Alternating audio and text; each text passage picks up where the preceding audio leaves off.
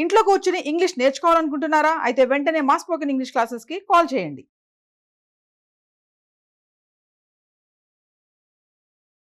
Hello నమస్తే welcome to Suman TV. మనం ఎంతోమంది జ్యోతిష్యులను చూస్తూ ఉంటాం. వాళ్ళు రకరకాల ప్రిడిక్షన్స్ చెప్తూ ఉంటారు. అయితే ఇప్పుడు మనతో పాటు స్టూడియోలో తనదైన శైలిలో ప్రత్యేకమైన ఒక గుర్తింపు తెచ్చుకున్నారు. అంటే జ్యోతిష్యంలోనే ఒక ప్రత్యేకమైన గుర్తింపు తెచ్చుకుని మనకి ఇప్పుడు అన్ని రంగాల్లోనూ ఎలా మనం వెళ్తే బాగుంటుంది అని చెప్తూ వస్తున్నారు. ఆ గురుగారు మనతో ఉన్నారు. వారే ఎమ్రావ్ కశ్యప్ గురుగారు. వారితో మాట్లాడి అసలు జాతకాలకి లేదు అంటే ఈ ఆస్ట్రాలజీ అనేది మనకి ఫ్యూచర్ని ఎలా మనకి ప్రిడిక్ట్ చేస్తుంది అని కానీ ఈ అన్ని డౌట్స్ కూడా తెలుసుకుందాం. నమస్కారం అండి గురుగారు. నమస్తే గురుగారు. ఇప్పుడు అందరూ కూడా ఏ పర్సన్ ఏ వ్యక్తి లైఫ్ అయినా కానీ ఫస్ట్ చూడాలి అంటే నీ కర్మలో అది లేదేమో, లేదంటే నీ ఫేట్లో అది లేదేమో, నీ రాతలో అది లేదేమో అని అంటూ ఉంటారు. ఏదన్నా పని డిసైడ్ చేయాలన్నా, ఏదన్నా బాగున్నా బాగాలేకపోయినా కానీ దానికే ఎక్కువగా ప్రాధాన్యత ఇస్తూ ఉంటారు. అంటే నిజంగానే ఈ అంటే చేతి రాతలు కానీ జాతకాలు కానీ ఆస్ట్రాలజీ అంతా కూడా మనిషి యొక్క ఫ్యూచర్ని డిసైడ్ చేస్తుందని అంటారా? అసలు మానవులు అన్న వాళ్ళే కాదు, సృష్టిలో ఉన్న ప్రతి ప్రాణి భగవదాది అన్నమాట. భగవంతుడి కృప వల్లే అన్ని ప్రాణులు పుడతాయి అన్నమాట. స్థావర జంగమాలు అంటారు. స్థిరంగా ఉండే చెట్లు, చలనం ఉండే పక్షులు, పశువులు, వాటిలోంచి మనిషి. అండజాలు, బుద్ధిజాలు, స్వేదజాలు అని రకరకాల జీవరాశులు ఉన్నాయి. 54 లక్షల జీవరాశులు ఉన్నాయని చెప్పి పురాణాలు చెప్పినాయి. అందులో ఎవరికి ఏ జన్మ లభిస్తుంది, ఏ జన్మలో వారు ఉంటారు, వారికి ఏ రకమైన జీవనం ఉంటుంది అనేదంతా భగవదేచ్ఛ అన్నమాట. భగవంతుడికి కృపా కటాక్షాల మీదే అది ఆధారపడి ఉంటుంది అన్నమాట.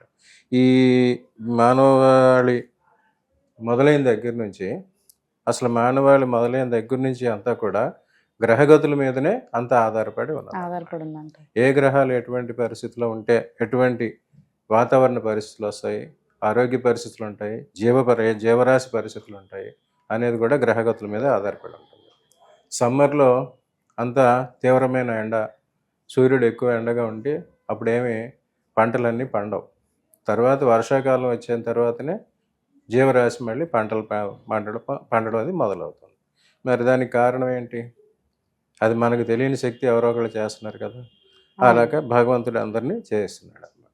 ఆ చేసినప్పుడు భగవంతుడు ఇన్ని రకాల ప్రాణుల్ని పుట్టించినప్పుడు అన్నిటిలోకి ఉత్కృష్టమైన జన్మ మానవ జన్మ అన్నమాట.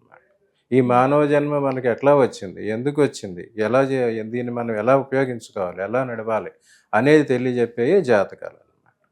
ఈ మన ఋషులు ప్రాచీన కాలం నుంచి మన మహర్షులు ఎంతోమంది ఇదంతా స్టడీ చేసి అసలు ఈ మానవ జన్మ ఎందుకు వచ్చింది, ఎలా వచ్చింది, ఈ మానవ జాతి ఎలా మనుగడ సాధించాలనే దాని మీద రకరకాల పరిశోధనలు చేసి వారి యోగ దృష్టితో అంతా గమనించి అవి శాస్త్రీకరించి శాస్త్రాలని మనకి ఇచ్చారన్నమాట.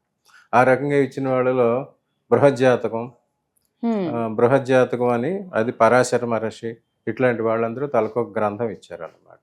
తర్వాత వరాహమిహిరుడు, పరాశరుడు, నారదుడు, కాళిదాసు, భట్టోత్పలుడు ఇట్లా రకరకాల మంది 18 మంది మహర్షులు ఈ జాతక శాస్త్రాన్ని ఇచ్చారు. ఈ జాతక శాస్త్రం అనేది వేదాంగాల్లో ఒకటి. వేదాలు 4, వేదాంగాలు 6 అన్నమాట. అందులో వేదాంగాలు అంటే శిక్షా, వ్యాకరణం, ఛందస్సు, నిరుక్తం, జ్యోతిష్యం, కల్పం. ఈ వేదాలు కొంతమంది అధ్యయనం చేశారు, వేదాంగాలు కొంతమంది అధ్యయనం చేస్తున్నారు. కానీ ఈ జ్యోతిష్యం మాత్రం అనాది నుంచి ఈనాటి వరకు కూడా కంటిన్యూగా వస్తున్నాం. ఎందుకంటే ఇది నిత్యం సత్యం అన్నమాట. ఈ జ్యోతిష్యమే భగవంతుడికి కళ్ళు, సూర్యచంద్రులే భగవంతుడికి అక్షములు అన్నమాట. ఆ అక్షులు ఆ రకంగా జగచ్చక్షువులు అంటారు అన్నమాట. ఆ భగవంతుడు ఈ ప్రపంచాన్నంతా చూసేదే వీటి వల్ల అన్నమాట. ఆ రకంగా ఉన్నప్పుడు ఇదంతా ఏ రకంగా జరుగుతుంది అనే దాన్ని పరిశీలించినప్పుడు ఈ గ్రహగతుల వల్లే ఇవన్నీ జరుగుతున్నాయని మన ముందు గమనించి అప్పుడు ఎటువంటి గ్రహగతులు ఉంటే ఎలాంటి పరిస్థితులు వస్తాయి అనేది స్థిరీకరించి మనకి తెలియజేసి జ్యోతిష్ శాస్త్రాన్ని రాశారు. మనం ప్రజెంట్ చెప్పుకోవాలంటే జ్యోతిష్ శాస్త్రం అనేది ఒక యూజర్ మాన్యువల్ అన్నమాట. మనం ఒక గ్యాడ్జెట్ ఏదన్నా కొన్నామంటే, ఒక ఫ్రిడ్జ్, ఒక టీవీనో, ఏదో ఒక కారు కొన్నామంటే దాంతోపాటు యూజర్ మాన్యువల్ ఇస్తాడు. అది దేంతో తయారైంది, దాని కెపాసిటీ ఎంత టార్క్ ఉంటుంది, ఎంత పవర్ వాడాలి, దానిలో ఎంత స్టోరేజ్ చేయాలి, ఏం పెట్టకూడదు అనేది చెప్తా ఉంటారు. కరెక్ట్. అతను ఇచ్చిన కండిషన్స్ ప్రకారం మనం దాన్ని వాడుకుంటే దాని లైఫ్ టైం ఇస్తాడు. ఆ తర్వాత మధ్యలో ఏమైనా రిపేర్స్ వస్తే వారంటీ ఇస్తాడు, గ్యారంటీ ఇస్తాడు.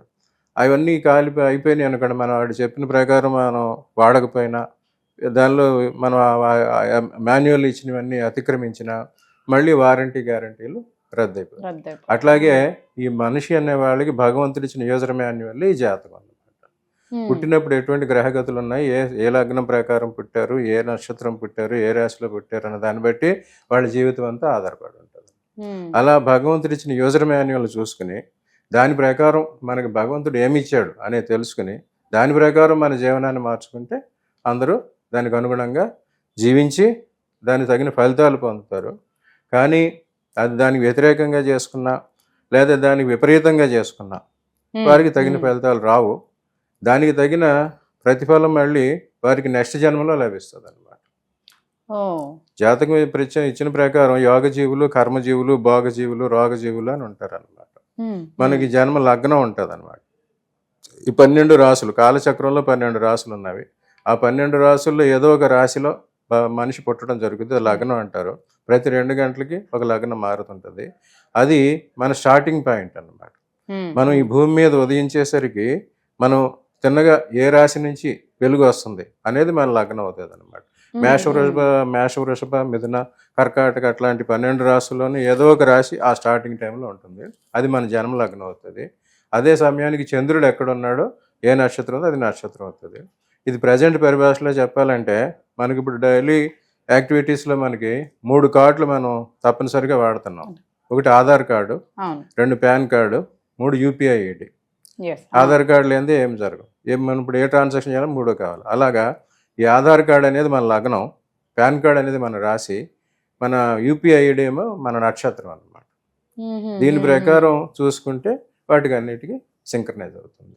అంతేగాని ఇదేదో జ్యోతిష్యం ఏదో ఎవరో చెప్పారు ఏదో చెప్పారు అని అనుకుంటే అది మనకి అప్లై కాదు. అంటే దాన్ని అలా క్రియేట్ చేశారు కదా రకరకాలుగా. అంటే వాళ్ళ లాభం కోసమో ఏమో కొంతమంది ఏంటంటే ఇది ఇలా చేస్తేనే బాగుంటుంది, మీకు ఈ జాతకం ప్రకారం ఇలా ఉంటేనే బాగుంటుంది అని చెప్పుకుంటూ వస్తారు కదా. యాక్చువల్గా అయితే జ్యోతిష శాస్త్రంలో మెయిన్గా 3 భాగాలు ఉన్నాయి. సిద్ధాంతం, హోర, ఈ ప్రిడిక్షన్ అన్నమాట. సిద్ధాంతం అంటే ఏంటంటే మెయిన్ బేసిక్ అందరికీ ఇది జ్యోతిషానికి కావాల్సింది గ్రహగతులు. ఏ గ్రహం ఎంత స్పీడ్గా వెళుతుంది, ఎంతకాలం ఉంటుంది అనేది గ్రహగతులు లెక్క పెట్టి సిద్ధాంత భాగం అది పంచాంగాల్లో చెప్తారు. ఆ తర్వాత హోరా అనేసరికి ఈ జ్యోతిష్యం వ్యక్తిగత దోషకాలు జాతకాల గురించి చెప్పేది. నెక్స్ట్ ముండేనమాట, అంటే ప్రాపంచిక వ్యవహారాలు, వాతావరణం, రాజకీయాలు వాటి గురించి చెప్పేది 3వ భాగం. అందులో తర్వాత వచ్చేసరికి శకున ప్రకరణం అని చెప్పి, పరిహార ప్రకరణం అని చెప్పి అవి కూడా వచ్చినాయి అన్నమాట. శకునం ఆ రకంగా శకునం, సాముద్రికం అటువంటివి కూడా వచ్చి మొత్తం 5 భాగాలుగా ఇప్పుడు ఉన్నదన్నమాట. ఇప్పుడు అన్నిట్లోనూ వ్యాపార దృక్పథం ఉన్నట్టే దీనిలో కూడా వ్యాపార దృక్పథం వచ్చింది. ఇదివరకు అంటే ఎట్లా చేసేవారు, ఎవరైనా ఒక ఊరు ఉన్నదంటే ఆ ఊరికి ఒక పండితుడు, పురోహితుడు వాళ్ళు ఉండేవారు. ప్రజలంతా వాళ్ళ దగ్గరికి వెళ్ళి చెప్పి డీటెయిల్ తీసుకునేవారు. అప్పుడు పూర్వకాలంలో ఏం జరిగేదంటే వీరందరికీ అందరి ఇన్ఫర్మేషను ఫీడ్ చేయడానికి, స్టోర్ చేయడానికి సరైన పెరఫెర్నేలియాలు ఉండేవి కావు. అప్పుడు తాటాకుల మీద వాటి మీద రాసేవారు. ఆ తర్వాత అవన్నీ అంతకాలం మెయింటైన్ చేయడం కష్టం. అట్లా కాకుండా అంత వీరి ఖర్చు కూడా వారు అప్పుడు భరించలేని పరిస్థితి. సో అప్పుడు ఎవరైనా మహారాజులు, ధనవంతులు అటువంటి వాళ్ళకి మాత్రం వాళ్ళు రెగ్యులర్గా మెయింటైన్ చేస్తారు. మిగతా వాళ్ళకి అందరికీ జనరల్గా చెప్పడానికి వీలయ్యేలాగా కొన్ని సిస్టమ్స్ అరేంజ్ చేశారు. దాని ప్రకారం ఈ నక్షత్రాలు, ఆ నక్షత్రాలు కొన్ని అక్షరాలు ఇచ్చారు.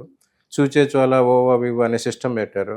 ఎవరైనా వచ్చి ఈరోజు నిన్న సాయంత్రం మా ఇంట్లో బిడ్డ పుట్టిందయ్యా అని చెప్తే, ఒక వ్యవసాయదారుడు ఎవరో చదువురాని వాళ్ళు వచ్చి చెప్తే వారికి ఈ టైంలో పుట్టింది కనుక ఈ అక్షరంతో పేరు పెట్టుకో అని చెప్తే, ఆ తర్వాత ఈయన తర్వాత అతను ఏ ఊరు వెళ్ళినా ఎక్కడికి వెళ్ళినా సరే ఇంకో పండితుడికి అది చెప్తే ఈ పేరు ఎవరు పెట్టారంటే పలానా ఆయన పెట్టారంటే ఈయన ఈ సిస్టమ్ ఫాలో అయి పెట్టాడు కనుక దీని ప్రకారం చెప్పాలని కోసం అందరికీ సూటబుల్ చేయడం కోసం పెట్టిన సిస్టమ్ అన్నమాట. దాని ప్రకారం చెప్తూ వచ్చారు.